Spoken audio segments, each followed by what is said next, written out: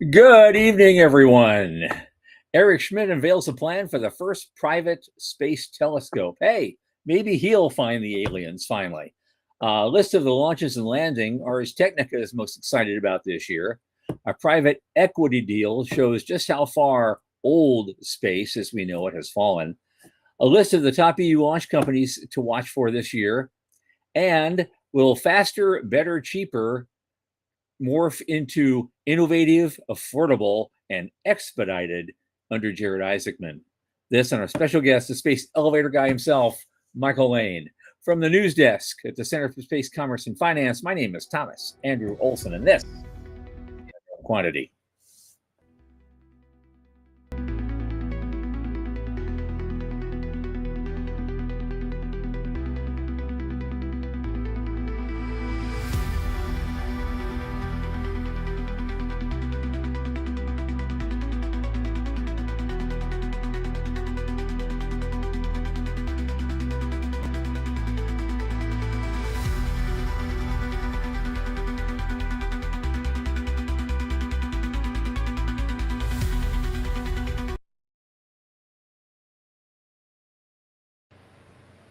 Okay, obviously our show is produced and funded by the Center for Space Commerce and Finance. What do?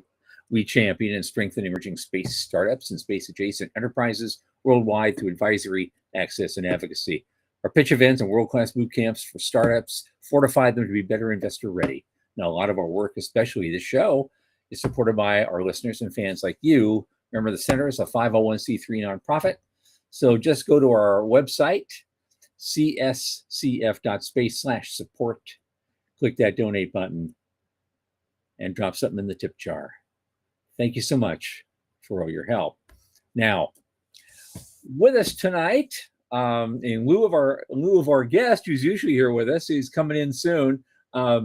Sitting with me is the producer of this program, Sean Key, who always has some great insights, and I'm glad to have his help tonight. Sean. There he is, man. Tom? I'm ready for some good old tomfoolery, man. Yeah, a little tomfoolery tonight. Right. And thanks for the kudo.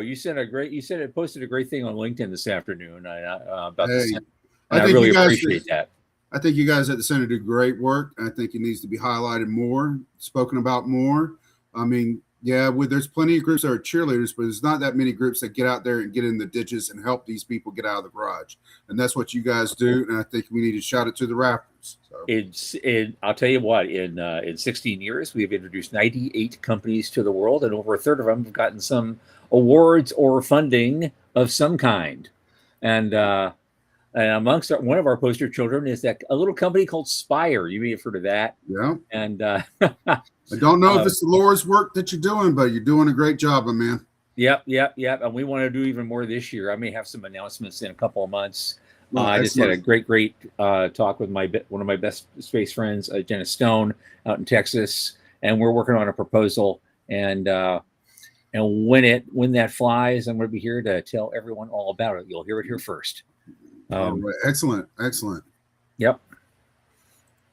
Oh, okay. So we have some interesting folks who've already coming in. Veronica Ann from Arizona is with us. Hi there.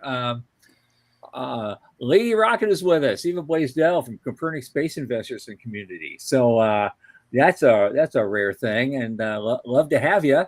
Welcome. Jason's back. There he is. Yes. There we go. Jason, welcome. Yeah, we're gonna have a fun night here. We're gonna have a very fun night. So we'll get through the news rather quickly so we can get to our guest. I wonder who it could be. Well, let's start with this one. It was a Scientific American article. Eric Schmidt, who you know from Google and an Alphabet company, he is announcing a plan for something called Lazuli. It is going to be the first private space telescope, and they hope to get it launched by the end of the decade. The Lazuli Space Observatory, yes. And it's going to be up to the level of the Hubble or or the James Webb or any of the other ones that are up there. A 3-meter mirror. Right. There'll be so I mentioned the hunt for extrasolar planets continues, obviously with stuff like that. And who knows what other secrets of the universe this will uncover. So I'm kind of excited about that, and I can't wait to see something happen there. Yeah, I mean, this might be back in the day when the barons had all their money, they would also invest in libraries and things that the society benefited from. Maybe this is the new age of that coming forward. Now that a lot of them are getting older and up there, and they want to put their money. They want to do it. Yeah, I mean, these guys back in those days, those guys, they were all called robber barons, but a couple in particular gave practically all their money away at the end and endowed colleges and universities and libraries and monuments and all sorts of things to and society enhance human civilization. And so maybe this is what these guys are doing. They're all getting older. They're not getting any younger. Yep. I could feel the hand of time slapping me around. So, what have I done? That's the reason why I've come to back in the space industry. Here too for the same reason. I want, the things we're doing, it's not so much me, being all about me. It's just like, I want a legacy too, whatever it is. Guys like us, they're not going to build statues of Mars. But we can go to our great reward knowing that, hey, we got a bunch of companies started. Yeah, that's my take. They did wonderful things. Yeah, I want to see the space industry be sustainable and not reliant so much on the government, and doing everything I can to help that. And that's exactly what it's about. Absolutely. Morty's here. Hey, Morty. Yep, space matters.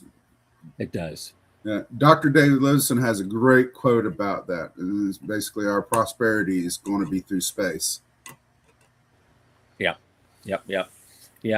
Lady Rocket says, good comments. Our mega investors seek legacy and recognition by rockets as art sold to ultra wealthy. Yeah, absolutely. Yeah. There's a market for everything in the new space economy. And it's for everybody. Everybody's trying to grab, whatever niche they can find and do well. Find your passion, pursue your talent. Absolutely. Morty's also right about his comment. Give back forward, pay forward. In other words, you don't, need to be a superstar to change the world. In fact, most of the people who change the world generally aren't. Yeah, considered superstars in their time. So I'm fine with that. I am absolutely fine with that. Next up, okay, Ars Technica came up with a list of the launches and landings that they were most excited about for this year. A lot could happen, but he said, well, let's get real about what actually will. Artemis 2 is going to happen. They're absolutely certain. That's their prediction. So the chance of Artemis 2 actually happening this year is basically Apollo 8 on steroids. They're going to take the SLS and Orion capsule and go around the moon for a while. But humans have not done that since 1972. So this is good to see. And they say the odds are 90%. Now, another thing they want to see, of course, next up, and this is certainly something that we've been talking about for this year, which is a Starship refueling demo. Now, when they put out their schedule, the first launch of Block 3, as we said, is late January. But then after that, the next 6 launches are going to be orbital launches, supposedly, hopefully. And during one or two of those 6 launches, they're going to start demoing, the refueling capability. So they want to get that done this year. But Ars Technica is saying the chance of a refueling demo happening in 2026 is only 50%. And I think they're saying that because cryogenic refueling at that scale has never been attempted in space before. Okay. But everybody goes broke betting against Elon Musk. So yes, they do. So I think his odds are a little higher than that, just because of who he is and how he does things. Well, he might have been graded because of who he is. Yeah, yeah.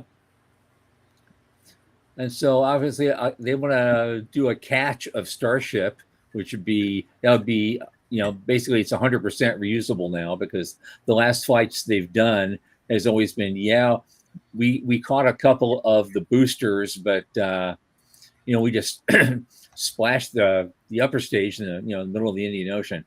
They want to bring it back and catch that too. So that would be the full Monty. And they say 70% chance of that. The next one, Blue Moon Mark 1, 70% chance of that.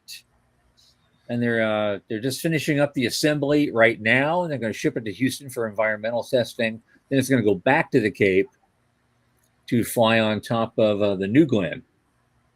And they want to launch that on a New Glenn sometime this year. Now they say, now there's a tie for fifth, Rocket Lab's Neutron debut and Stokes Nova rocket. So Rocket Lab held second place for a number of launches per year, and their new light class launcher, the Electron, surpassed a monthly launch cadence last year. The medium lift Neutron is the new thing that's supposed to open new markets for the company. It has a reusable first stage and an integrated payload fairing, and they can return to Earth in one piece. And it's going to be, that's the facility at Wallops that they're building out. The first flight of Stokes Nova is also going to happen. Maybe a 30% chance of that happening this year. The debut of China's number 7. There isn't a 6. There is no 6. China's goal of landing astronauts by the moon is 5 years away. They're going to launch something called the Mengzhu. It's the equivalent of the Orion or Apollo Command Module. And they're going to be the chance of a Long March 10A and a Mengzhu paired up launching this year is about 60%. China's still in the race, of course, for a reusable rocket. And a 60% chance of an orbital class rocket successfully make a landing. And of course, launch of Haven 1. VAST seems to have a head start in the race for a private commercial space station. There's about a 30% chance of them actually launching a module just for test purposes this year. And of course, NASA's Roman Space Telescope, the Nancy Grace Roman Space Telescope, will have a view of at least 100 times larger than the Hubble. And the primary science instrument will perform wide area surveys of the universe, covering 50 times more of the sky in 5 years than Hubble did in 30. And so, you expect with space telescopes there'd be, improvements after 30 years. So, and the chance of that launching this year is 80%. And of course, China's Chang'e 7, 80% chance of that. They want to. They're hoping to sit down at the moon's South Pole region and deploy a miniature flying probe to search for water ice in old drafts. They want to land on the rim of Shackleton Crater. And then the rise of Europe's commercial launchers. They're hoping they're saying a chance for a European launch startup reaching orbit in 2026 is only 20%. They did not mention Firefly's attempt to go to the lunar far side this year. That's interesting. They just left it at that. Oh, here we go. Here, Terran R's first flight, debut of Eclipse, IM-3 and Vestry. Oh, there it is. That's what I was looking for. It's down on number 16, though. Blue Ghost Mission 2. But they say the chances are only 10% of them actually flying it this year. Interesting. I like to know how they're basing their metrics of percentages. Yep. And there's a lot more that are way down on the list. Although number 20 is Japan Martian Moons Exploration Mission. Chance of that launching is actually 80%. So interesting list for them, for all the stuff they're looking forward to. My list would be ranked a little bit differently, but it's about the same. So next up, I thought this was interesting. It says private equity deal shows just how far America's legacy rocket industry has fallen. And they're talking about a deal that Rocketdyne made, I guess. And now, half a century ago, Rocketdyne manufactured almost all of the large liquid-fueled rocket engines in the United States, including the Saturn V and the shuttle, Atlas, Thor, and Delta. After the Cold War, Rocketdyne's dominance began to erode and became a part of Rockwell until Boeing acquired Rockwell's aerospace division. Rocketdyne continued to do stuff, and then it's just a steep decline. Boeing sold the Rocketdyne division to Pratt & Whitney in 2005. That was the year before SpaceX launched its first rocket, and a few years before NASA wound down the shuttle program. And so while they were going on a downward spiral, all their competitors pushed forward. So now everything's kind of reversed. Even their primary Rocketdyne's primary customer, and then the show program was United Launch Alliance. Now Aerojet purchased Rocketdyne to form Aerojet Rocketdyne. L3Harris just closed they acquired both Aerojet Rocketdyne in 2023. And now they have a space propulsion power systems business unit. But then, excuse me, L3Harris announced that now they're selling a 60% stake in that business to industrial partners. They want to do other things. So it's a birthplace of U.S. rocket propulsion. They only do liquid fuel rockets, including SLS, the work that they did there. But the whole point of the article is basically saying, the whole old space network is basically just breaking down, and and the torch is really being handed over to the new guys. Well, that's kind of the way industries go. I mean, they go in evolutions. If you're too big or cumbersome, a lot of it has to do because you over leverage your debt. Then the new guys have a chance to come in. They have a new, fresh look. They have new, not heavy books, and they can be more nimble. Yep. In fact, interesting you say that, because I worked in IT for 31 years, and I keep waiting for Microsoft to die, for many of the same reasons. And I think what it is that it's a petrified force at Microsoft. I'm sorry. Yeah. The thing is, Microsoft is going to die, but only when all the boomers and half the Gen X die off. Yeah. Because they're the only ones using Microsoft products anymore. I mean, the kids today, they're all on handhelds. Microsoft does not have an entry in that. No, and that's pretty much what's going to happen. A lot of think about some of the industry that will go. Look what happened with television. Whenever everything moved online. The only reason why television is relevant right now is because of the older generation. Yep.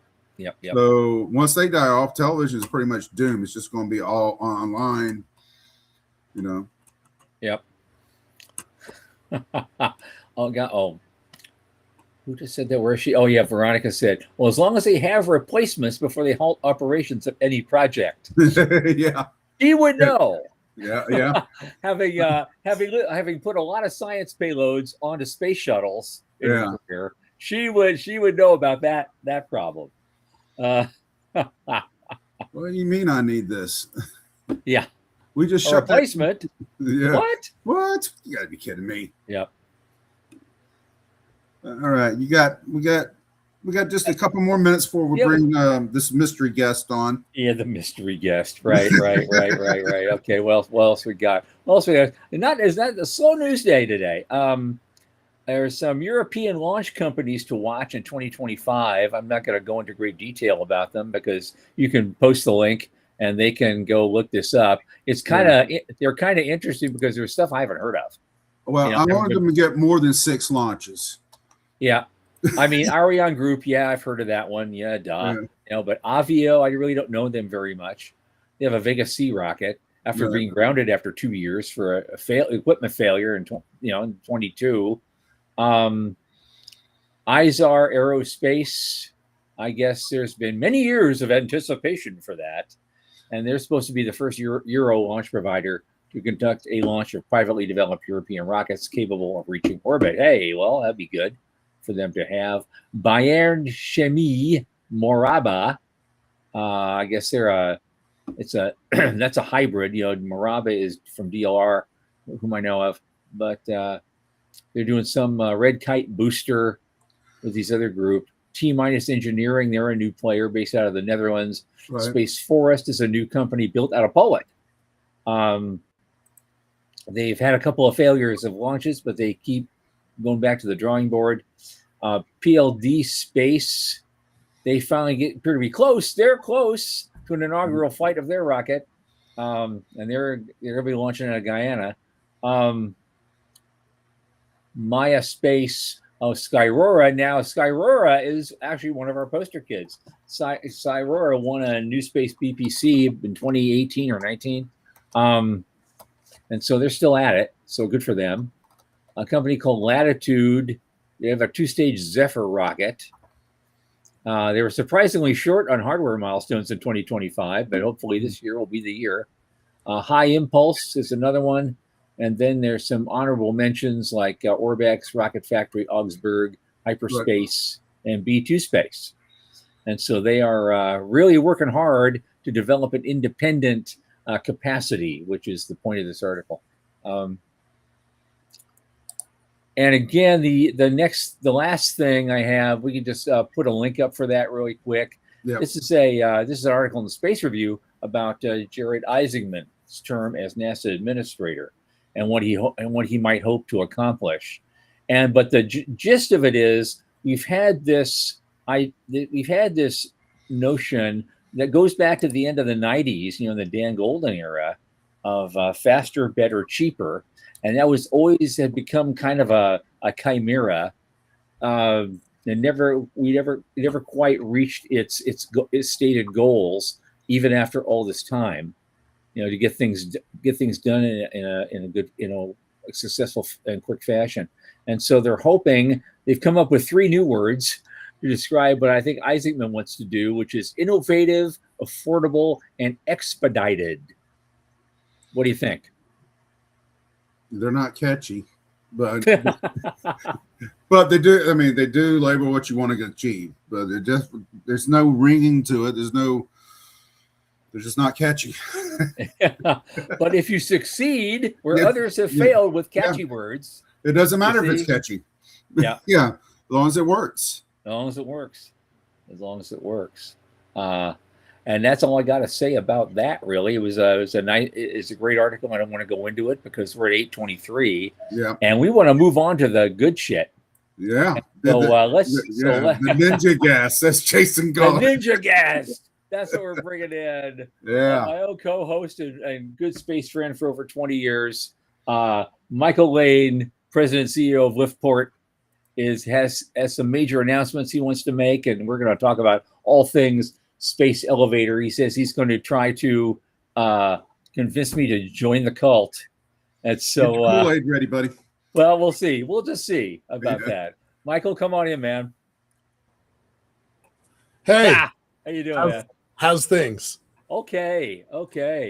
It's a little strange being on this side of the microphone, so to speak, right? Yeah, well, there's a whole lot. Even though we've been on here a long time, we've talked about crap tons of stuff. We've done this like our 68th show or something now. Yeah, right. Yeah. And they're all on the website now, all on the center's website now. We have a whole podcast section, and they're all there in order. And it looks great. And you can actually watch them from there too. You can just click on it and go. So Amruta, my web developer. To Michael real quick is that I'm sorry I demoted you to being the CEO of LiftPort, not the president of LiftPort. It's fine. It's funny. I actually have I've reserved the CEO role and the COO role for somebody smarter and more experienced than me. I've always taken the president and chief strategic officer roles, waiting for the right person to join at the very top of the chief cook and bottle washer. Yeah.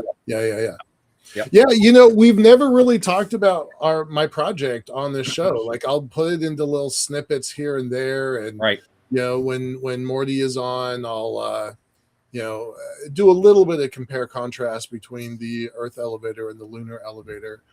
But I tend to kind of stay in the background because that's not my role. So it's that's funny. Hey, by the way, Jason, you gave us a heck of a shout out at the end of our season last year at the wrap up, and that was just really cool. So it was really nice to see that. We actually captured it as a screen capture because I'm like, that's a quote worth having. So thanks, appreciate your ongoing support, for real. And so let's do what we do traditionally, Michael. I want you to start with your origin story. I know you have a hell of a one because I lived through a lot of it myself. So I'll be interesting to hear this. I mean, your spin, your rendition of what history really was. Listen, before viewers, we get to where we are today. Yeah. Michael has been doing this back when Jesus was a corporal. Oh, for sure. All right, so I'm gonna try and do 25 years in 3 minutes. So I'm leaving a bunch of stuff out. Before I got into space, I was in the Marine Corps, which is why Sean mentions a corporal. I was a corporal. I got into investment management at a very early age. Unexpectedly, one of my captains actually taught me investment management, which was a pretty wild jump for me as a jarhead. Did investment management for several years, went out to Boston University for a while, got caught up in the earliest days of the internet. I remember you, Veronica. Thanks for that comment. I love it. I got caught up in the early days of the internet and started an internet company back when they actually called them internet companies. So that was a long time ago, 1995 till 2001. Did a bunch of real estate investing. And around my early 30s, the internet, my phase of the internet was closing down. I'm like, I don't know what to do next. I want to do space. And so that's where things got interesting. 2001, 2, and 3, worked with Dr. Brad Edwards on the NASA Institute for Advanced Concepts Research team on the Earth elevator. We had a pretty vocal disagreement, and so we stopped working together. And that's when I created LiftPort. So 2001, 2, and 3, the first version of LiftPort. There we had a pretty good sized team. At one point, we were up to 14 people. We initially worked on carbon nanotube technology, nanotech. That was a giant rabbit hole, and we poured a lot of money down that hole and got nowhere out of it. But then we switched gears to focus on the mechanical processes of climbing. So we built high altitude balloons tethered to the ground with robots climbing back and forth. And we did some pretty cool stuff there. We got as high as a mile. We had endurance tests that were 60 days. Things were looking pretty good. We had some potential contracts with DoD. And it is a well-known story. I bet my mortgage on the project and I lost, right? Yeah. That's a pretty well-known story for the folks that don't know. I went from $1.7 million net worth to negative $600,000 in 24 hours. So it was a really bad day. And that kind of took me in a completely different trajectory. I went off to International Space University for a while. That was really fun. And 2008, 9, 10, I was kind of rudderless. I worked on a space-based solar power company for a while. That was definitely a mistake. Not the technology, but the people. And around 2010, 11, 12, I'm rethinking this elevator, and I realized that we can build an elevator on the moon now with current technology. This is all the way back in 2010, so 15 years have gone by with me thinking about this lunar elevator. We ran a on the surface successful but peek under the hood unsuccessful Kickstarter in 2012. And what I mean by that was we asked for $8,000, we got $110,000, and I seriously think of it as the worst error in my career. So that Kickstarter was a mess, and I own it. I totally own that error. Well, I can sure use an error like that, but yeah, I can sure use an error like that right about now. Yeah, center. So hey, right, yeah, exactly. Yeah, so kind of bumped along. I called it the zombie days from about 2014 to 2017, 18. But in 2018, we were totally quiet about what we're doing, completely quiet, and making real progress, writing reports, doing checks, doing validation, trying to understand what this thing was, and understanding that things were changing. So we thought we were making real progress. We had some pretty good support from some very influential people. And then 2020 happened and the world caught on fire, and all of our momentum just evaporated basically overnight. Okay, can I hold you there for just a second? I have a question. Yeah, Who is we? We. All right. So there's always been like this small community, the small cadre of people that has propped me up, right? During the bad days, during the spooky days, during the zombie days, there were times, and I was going to say this, about a year and a half ago, I was about ready to quit. And it was these other people.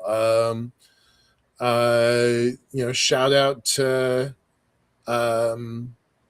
Charles Radley and Marshall Eubanks. They kept me going for a while. Sean's been around off and on for 20 years. There's been a lot of people, and I call them my technical advisor council. Like, we're formalizing it now. But there's seriously hundreds of people that have tried supporting this project over all of its incarnations. Sometimes we're 2 or 3 people trying to keep the lights on. We're at 4 now. Sometimes it's 8 or 10 people. We've never gotten past that 14 where we were back in the first version of LiftPort, and it's almost always been unfunded or certainly underfunded. So most of the folks are volunteers. There's been a select few that have gotten paychecks, but they're few and far between. Yeah, so that's us. And so all of that was going through. Up until 2020, we went back into kind of a zombie state. Leah was super helpful during kind of 2022, 3, 4. I have had lots of interns. God knows, I've had more than 50 interns. So those folks have really propped this project up. They've kept this thing alive when they wanted to die. So, hats off to a lot of people along the way. A lot of people. Yeah. I remember when the Renaissance kind of started, because you got a hold of me in into 2020, early 21. Yeah. When you got together for the Foundation for the Future. Yeah. And you were starting to do video projects and stuff. Yeah. And that's when I got together with them, and we ended up. And that's how we all pulled out of it. The center was seeing a dark moment at that same time, exactly. Right. Yeah. Because of all sorts of foul things that happened. and we had to dig out from under. And he came in, look, I found these guys, they want to do virtual business plan competitions and willing to pay. Yeah. And so we contracted to do 3 of those. And by winter of 22, we gotten all 3 of them done. Yeah. And then things are starting to move back to live shows again. And so in 22, we went from that winter, online thing back to a real one for real money at IAC in Paris. Yeah. At the end of 22. That was a great time. And that's what put us back on the comeback trail. So our paths were really entwined. Yeah. Well, we just lost them. They'll be back in a minute, folks. Well, we have to say our paths have been entwined for years. Yeah. So what was it? What specifically? What was there a specific moment when you decided, hey, I need to get back in? Was there something that specifically happened, or was there just a general feeling? You know what? I got to really do this. Yeah, I mean, cards on the table here. I'm 58. Last year was the year before, 2024 was a really hard year for me, and I sincerely thought I was going to quit, and because I couldn't push this rock uphill anymore. I just didn't have it in me. I briefly mentioned the financial costs, but then also the psychological, the emotional, the family. I couldn't go any further.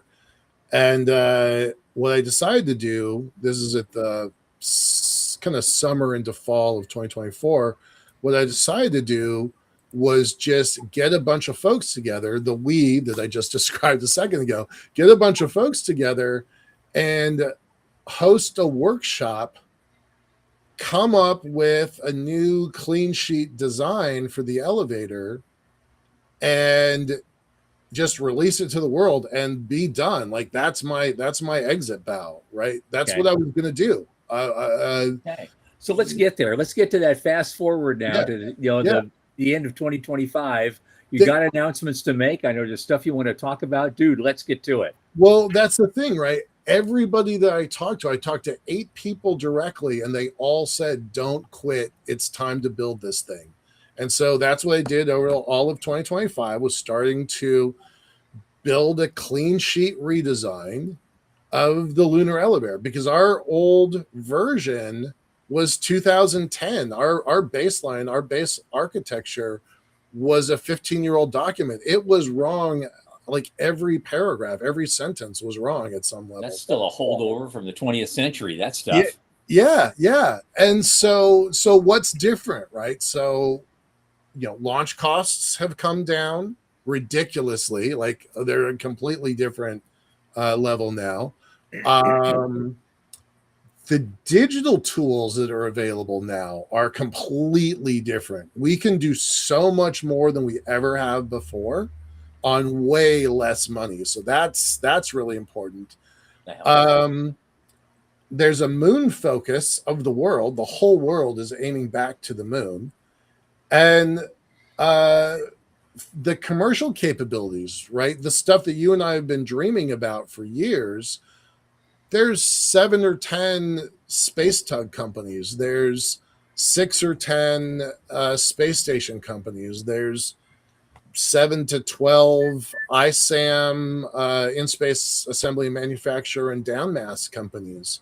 So stuff that we were going to have to build originally is now commercially available. So our original price tag 15 years ago was $800 million. And you would think that with inflation, it would go up and up and up back to a billion. But in fact, because of all these things, our prices dropped and dropped and dropped. Instead of 800 million, it's probably in the 350 million range. So the announcement is really not so much one thing. It's a lot of little things that add up to we're a viable company and trying to build now, which all this time since 2007, we haven't been in that position. We haven't been able to do anything. But now it's time. It's different now. Well, it reminds me of the words of Robert Heinlein. He used to say that, you looked at things from a historical perspective, of course, and he would say that we couldn't go railroading until we were ready to go railroading. There's a lot of different pieces of the puzzle that you have to put together before it works, from steam engines to the kind of metal that you can make a boiler out of that won't explode, braking systems and attaching systems and all sorts of things that you have to do, making the rails and putting them out there, and all the things you need to do to make railroads work. And if you don't have any one of those, you don't have a railroad. You got nothing. You got nothing. And you're kind of doing the same thing. You find the pieces are coming into place. They are. I think so basically your announcement is you're launching this new project and you're pushing to get it going. So what's the first milestone? Well, but it's also with the word 1,000 in it. But go ahead, you tell me. Yeah, that's what I was about to say. It's we're restarting the project, but with our kind of traditional audacity. It's not a doomsday clock. We not a doomsday clock, but a countdown clock. We're building out our new website, and we're putting a countdown clock on this thing, starting from today, 1,000 days from now, we're going to have a functional lunar elevator in 1,000 days. And that seems crazy. I pushed back on it on my own team. I'm like, I pushed back on it. I'm like, this had, check your math. Is this real? And yeah, it takes a lot of money, and the money has to come in on time. But the engineering is doable, and by World Space Week, by the 71st anniversary of Sputnik, with the official start of the space age, we're going to have an elevator on the moon. Now, this sounds kind of crazy. I know it does, but we tried to see if we could get it by July 20th. So it would be the anniversary of landing on the moon. We really, really tried to see if we could get our math to work there.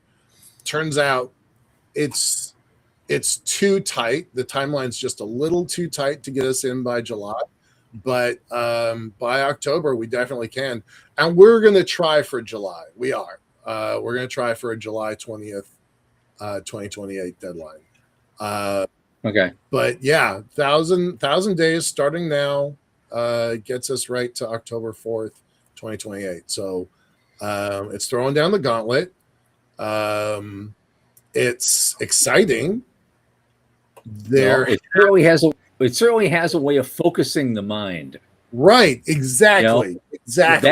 That or your own execution. It just has a way of focusing the mind. Right. Considerably. It gives you clarity. Yeah. Gives you clarity about what the end picture is supposed to look like and when it's supposed to be there. Right. Right. Okay. Of course, what I'm going to say. You've got what I'm going to say next. The next big question is: show me the money. Show me the not money. Just raising the funds, but how does it generate revenue? What's the business model? So there's a couple pieces to that.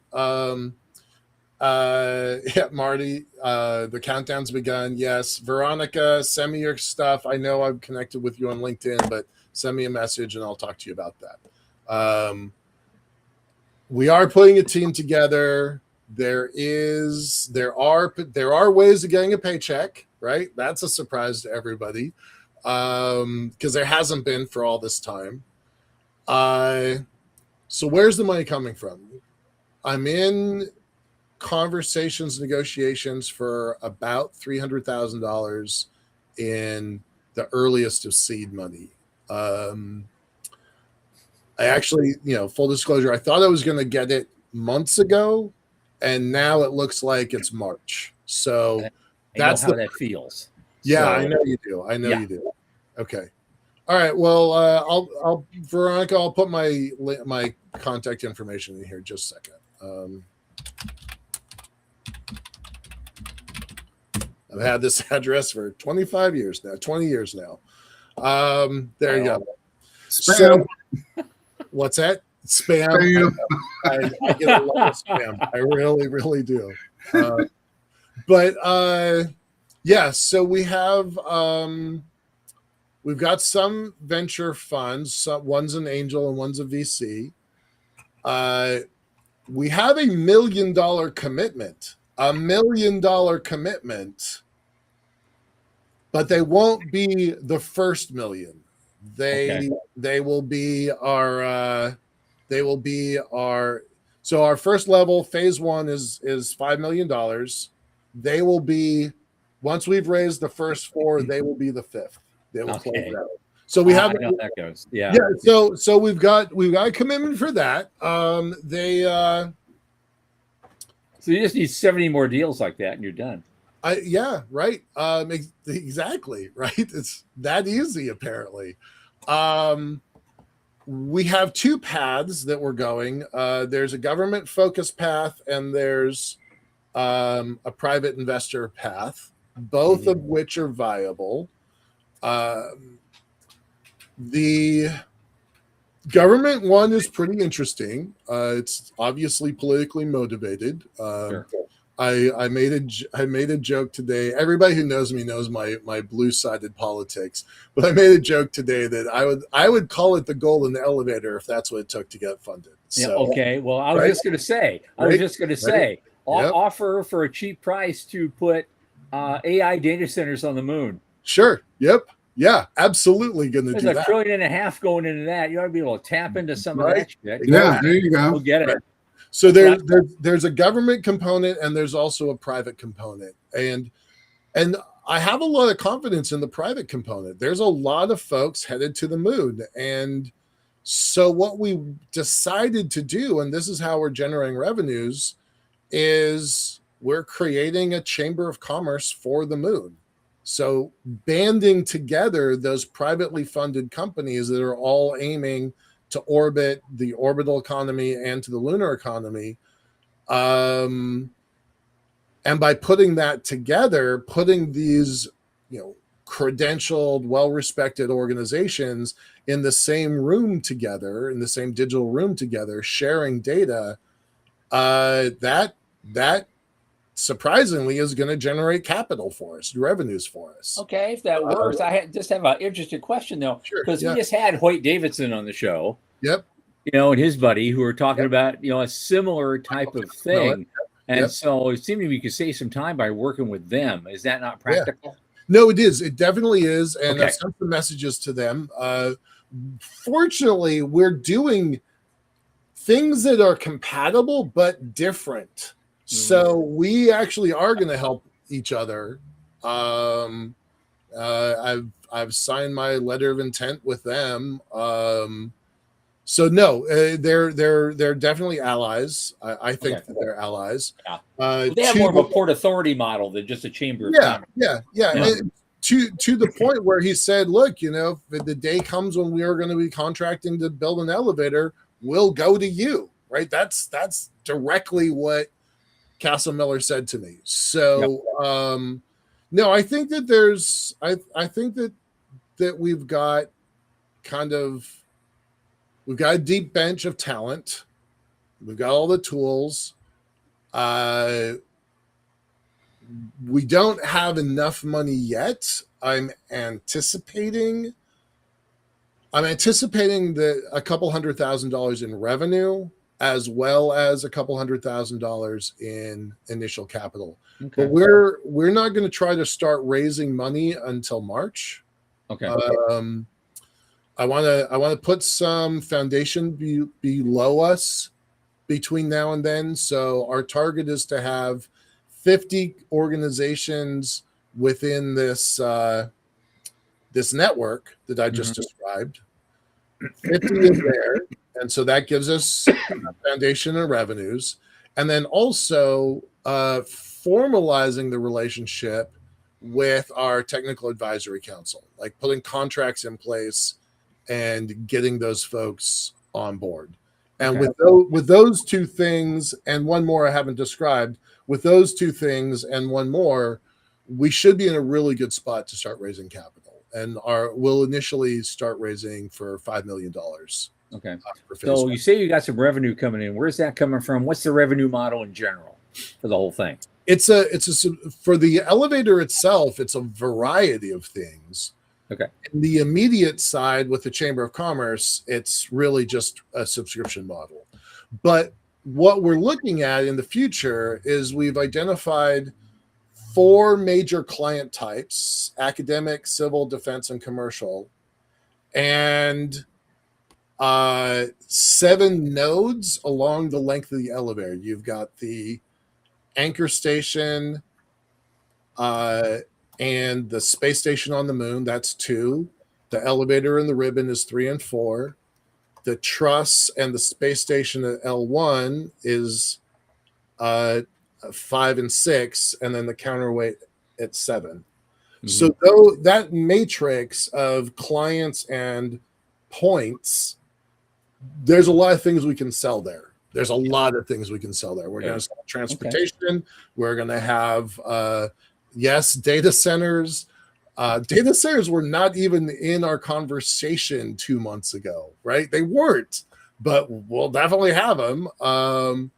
Veronica, probably data centers are both in all 3 locations: at the base of the moon, at Science Midday, at L1, and a limited amount at the counterweight.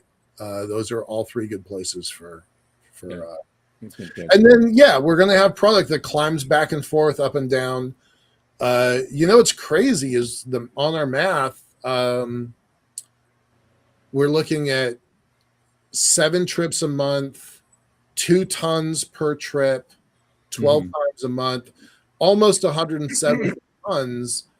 I don't know that there's enough cargo for the moon. 170 tons? I don't think currently that anybody is considering that much tonnage to the lunar surface right now. Well, I guess they better start thinking about it. Right. Like older people having a personal life. You better start thinking about it. You better start. If you're young and you haven't thought about that, well, you better start thinking about it.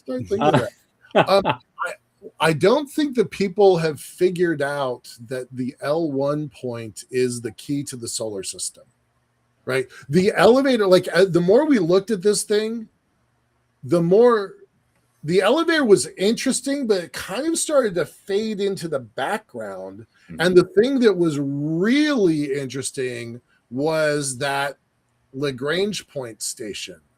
Right. What we now refer to as LiftPort Station, the Lagrange point station, may actually be the key to the whole solar system. Mm-hmm. I mentioned so, but more than Gateway. Yeah, way more than Gateway. Good luck, EU. See ya. Yeah. Well, here's the thing. Actually, this is just I like the economics of it, but the practical reality. So you're at L1, I guess. How long is this thing? And how long will it take to move tonnage from the one point to the other? Yeah. So the part that matters is it's about 50,000 kilometers from L point down to the lunar surface, down to Science Midday.